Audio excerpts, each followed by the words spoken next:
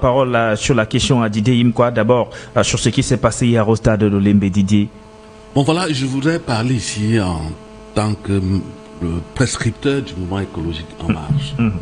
Et dans les ERP, ce qu'on appelle les établissements recevant du public, on peut tout prévoir sauf l'imprévu. On peut tout prévoir sauf l'imprévu.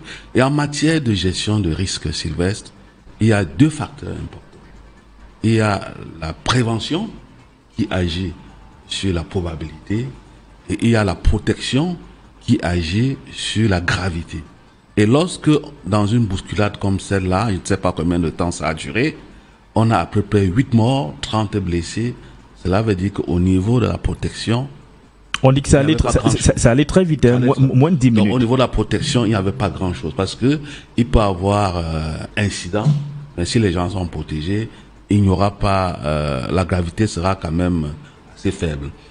Bon, est-ce qu'on pouvait l'éviter? Vraiment, il faut être moins prétentieux, il faut faire attention dans ce genre de situation. Vous savez, si on veut faire... De toutes les façons, on ne prévoit jamais un décès. Oui, si on veut faire l'analyse de l'arbre des risques, on pourra même aller chercher les causes lointaines, si tu me permets... la tautologie très loin, hein, parce que certains ont convoqué l'incivisme, mais il faut pas aussi ignorer la situation dans laquelle nous nous trouvons aujourd'hui.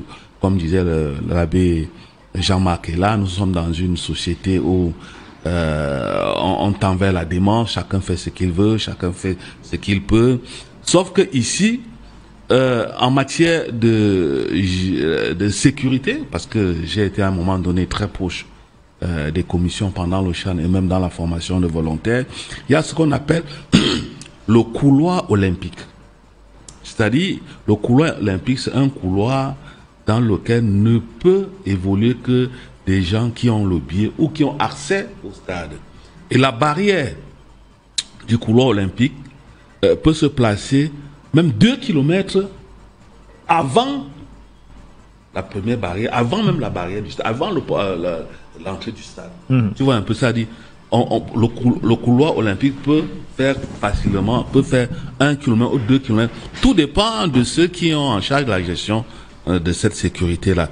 Et puis, si la barrière, si le couloir olympique est respecté, est bien filtré, vous n'aurez jamais de bousculade au niveau de l'entrée du stade. Et ça arrivait tout simplement parce que là, on a ignoré carrément le couloir olympique. Est-ce parce que au départ... Peut-être on n'attendait pas autant de monde. Oui, est-ce au départ... Non, il faut toujours la prévention. C'est ça la prévention. Parce que comme je l'ai dit tantôt, la prévention impacte ou bien agit sur la probabilité.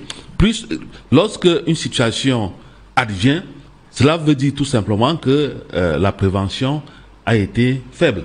Vous comprenez? Parce que plus la prévention est forte, moins, c'est-à-dire la probabilité qu'advienne un incident est très très faible. Mais vous dites bien qu'on ne prévoit pas l'imprévu. Oui, c'est pour ça que je dis la probabilité est faible, mais pas nulle. Faible, mais pas nulle. Mais ici, si on avait prévu par exemple le couloir olympique, comme on nous a formé pendant un certain nombre de jours, on aurait eu peut-être, je suis pas même pas sûr qu'on aurait eu même les bousculades. Parce que lorsqu'on filtre à la première barrière, si le couloir c'est 1 kilomètre, parce que sur le parcours de 1 kilomètre, vous avez les éléments de force de maintien de l'ordre qui sont appuyés par les bénévoles ou les volontaires. Parce que peut-être pour ajouter quelque chose, Didier, hein, pour ceux qui ne sont pas encore allés au stade d'Olembe, une fois que vous êtes dans l'enceinte même du stade, vous parcourez environ 3 kilomètres pour arriver au stade principal. Alors, ils ont parcouru cette distance puisque la bousculade se produit au niveau de la grille d'entrée. Donc, pratiquement au stade. Sauf que... Ça dit qu'ils ont eu le temps de faire tout ce parcours-là. Il n'y avait pas de couloir olympique. Le couloir olympique se crée. C'est une décision. 3 kilomètres pour arriver au stade. C'est une décision. C'est-à-dire, le responsable de la sécurité, Kokan et CAF peuvent décider que bon, voilà le premier checkpoint. À partir de ce checkpoint-là, après, c'est le couloir olympique. On ne laisse pas les gens en divagation comme des bêtes, vous comprenez. C'est-à-dire, lorsqu'il y a un couloir olympique, il n'y a que les voitures qui ont accès sur le site, il n'y a que ceux qui détiennent un billet, un ticket d'entrée au stade, qui ont le droit de passer dans ce couloir-là.